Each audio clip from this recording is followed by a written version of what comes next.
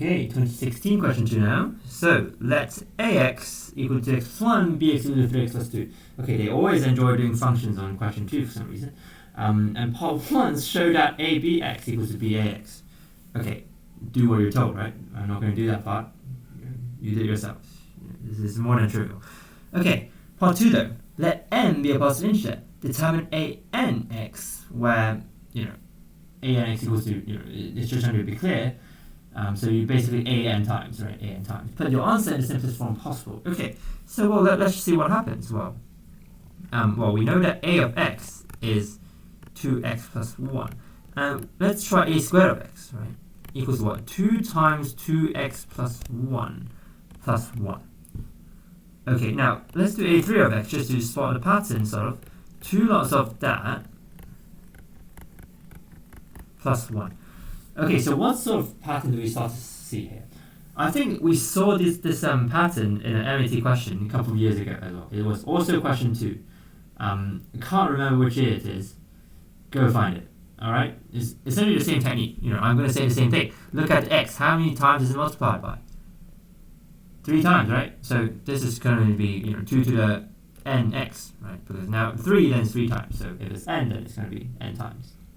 Okay, and now here, think about what's happening. What is this? Plus, think about how many times it's multiplied by 2. 2 to the n minus 1 plus 2 to the n minus 2 plus blah blah blah plus whatever it is. 1, right? Or you could say 2 to the 0. Okay, so what is that? That's just a geometric sum, right? It's a geometric sum. This is what? Plus 2 to the n minus 1. All good? Okay, I think that should be the simplest form possible. I hope that's what they want. Okay, anyhow, a function f of x equals to 108x plus c, where c is a positive integer, is produced by repeatedly applying the functions ax and bx in some order. Fine, thanks for that. And how many different orders can a and b be applied to produce fx? Justify your answer. Well, I need 108, right? So a multiplies my x by 2. B multiplies my x by 3. Okay, so at this point I don't want to care about the constant, right? No one cares about the constant for now. So how many a's do I need and how many b's do I need? How would I determine that? Well, you do prime factorization, right? So 108 here. This is 2 times. Okay, let me do this properly. 2 times 2 times. Okay, I can't do mathematics. Times 3 times 3 times 3. There we go. Okay, so how many a's and how many b's? 2 a's and 3 b's.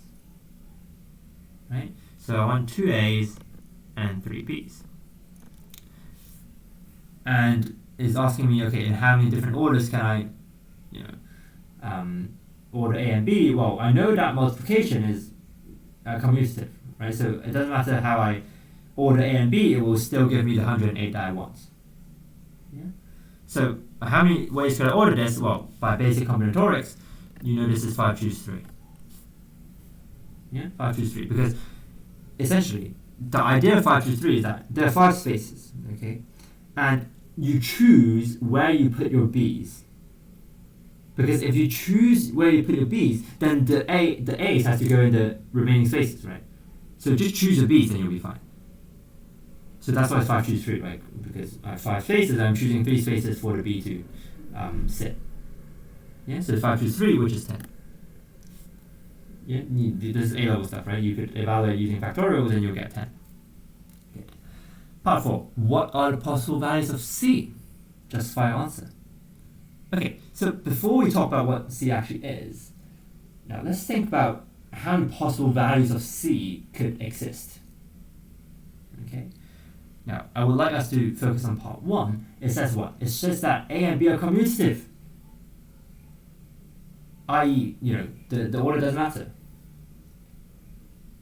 Well, then if the order doesn't matter, then if I swap, let's say I swap a and b here, or I swap the b's here, whatever, right? Whatever I do, the function shouldn't change.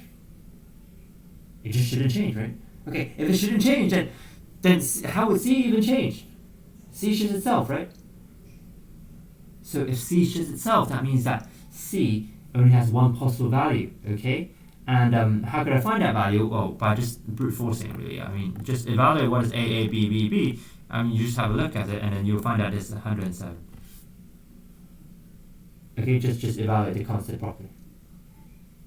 All right, good.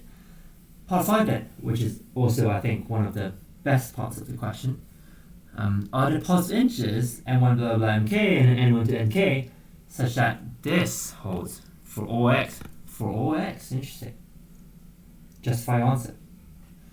Now, the main point is for all x, okay? That is really key. Without the for all x, this could always be true, right? You could just make up some junk for it to work. Okay, so consider this. Think about this. This is a summation of these functions here. Okay, summation of linear polynomials, essentially, right? Linear polynomials. And the thing is that every single term has at least one A and one B in it, right? Because I know that they are positive integers, right? n1, n1, and so on, they are always positive integers. If they're positive integers, that means that there's at least one A, at least one B. What does that mean? That means that the coefficient in front of x is what? Is the multiple of 6, right? 6 times some whatever constant you have. And if you add up multiples of 6, this one's also multiple of 6, 6 times some random constant. Oh, then the after adding all of those, it's still multiple of 6. And what's happening on the right hand side? This is 214, right? This is 214. Is 214 divisible by 6? No, right? Not at all. Not even close, right?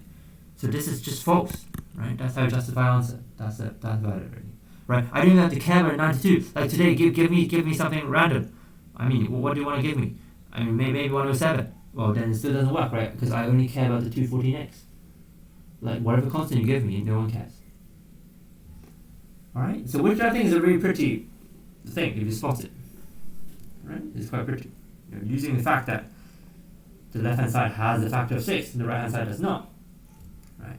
And why could I do that by comparing coefficients, by the way? I haven't said that. Why could I just compare the x's and ignore the constant?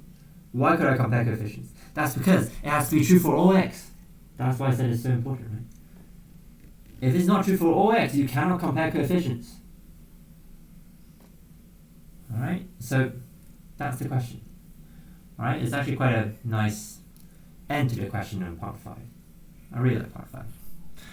Okay, cool. We'll move on to something else.